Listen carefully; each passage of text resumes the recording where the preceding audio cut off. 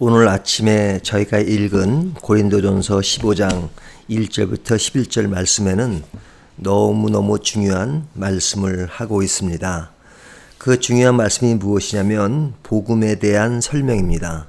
복음이라고 하는 것은 우리 신앙에 있어서 가장 중요하고 가장 기초가 되면서도 우리 삶의, 우리 신앙의 전체라고 말할 수 있습니다. 그러니까 복음을 아는 자가 하나님을 믿는 자고, 하나님을 믿는 자는 죄의 문제가 해결되고 구원을 얻은 자라고 말할 수 있지요. 그러면 복음이 무엇이냐? 한마디로 이야기하면 구원이라고 하는 것은, 또 복음이라고 하는 것은 우리가 죄 가운데 있었던 그 문제를 해결한 겁니다. 다시 말하면 죄의 문제를 해결한 것이라고 말할 수 있죠. 죄의 삭은 사망이라고 했습니다. 그러니까 구원이라고 하는 것은 우리가 새로운 생명을 얻었다 하는 것은 죄의 문제를 해결하였다라는 말씀이 됩니다. 그러면 이 죄의 문제를 어떻게 해결할 수 있을까? 인간의 힘으로는 불가능합니다. 인간이 죄를 지었기 때문에 스스로 그 문제를 해결할 길은 없습니다.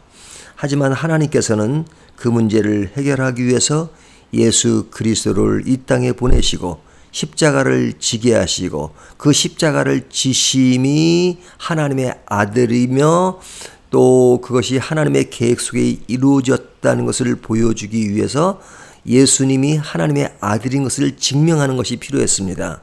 그 증명의 하나가 부활입니다.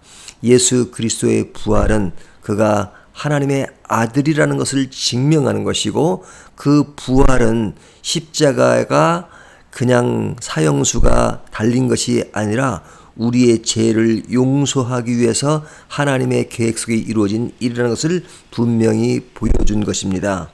그래서 오늘 본문에서 바울은 그 복음을 설명할 때 세 가지를 얘기합니다. 3절을 보시면요, 내가 받은 것을 너희에게 전하노니 이는 성경대로 그리스도께서 우리 죄를 위하여 죽으시고 장사 지낸 바 되셨다가 성경대로 사흘 만에 다시 살아나사, 여기 보면 죄를 위하여, 또 장사 지낸 바 되었다가, 그 다음에 살아났다. 그러니까 죄, 십자가, 부활을 이야기하는 것입니다. 이것이 복음의 핵심이라고 말할 수 있습니다. 우리는 이 사실을 믿고 구원에 이르렀다 하는 것은 너무 잘 알고 있는 사실이죠. 바울은 이것이 가장 중요한 것이기 때문에 이것을 전하기 위해서 그의 일생을 다 바쳤습니다. 그는 복음을 위해 살고 복음을 위해 죽었습니다. 그가 만약에 예수를 믿지 않았다면 어찌 보면 더 편안한 삶을 살 수 있을지 모릅니다.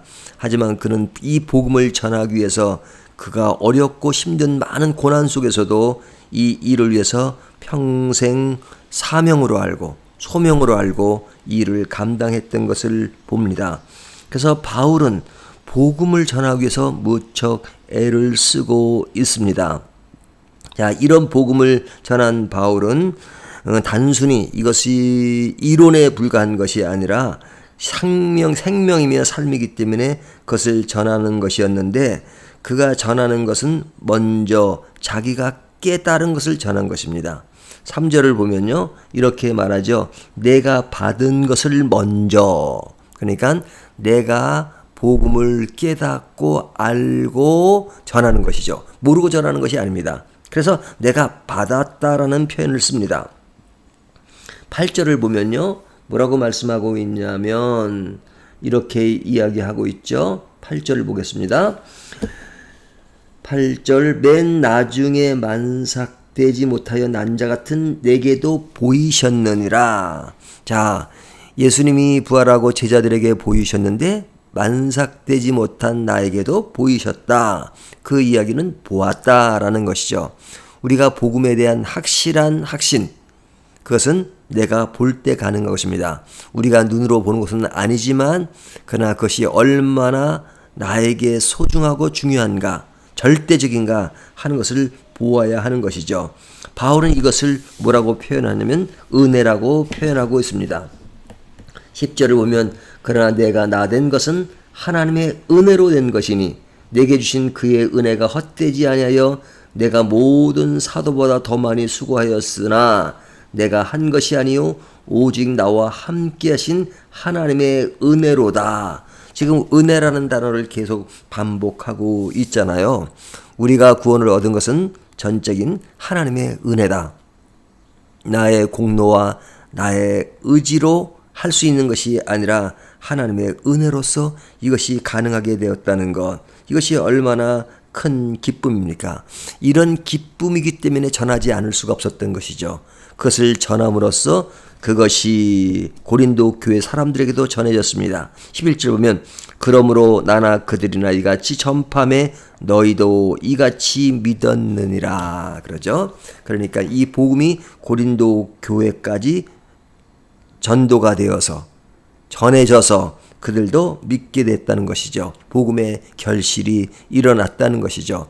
그런데 고린도 교회가 이 중요한 것들을 제대로 인식하지 못하고 곁길로 간다면 그것처럼 아픈 일이 어디에 있겠습니까? 사도 바울은 고린도 교회를 향해서 복음에 대한 것을 다시 한번 전하면서 복음에 확실하게 서 있는 것이 중요하다는 것을 강조하고 있습니다.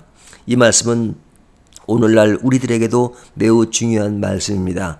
교회를 다니면 당연히 복음을 안다고 생각합니다. 또 복음에 대한 설명을 늘 듣고 있으니까요. 하지만 그 복음이 나에게 살아있는 복음으로 마음에 다가와 있는가?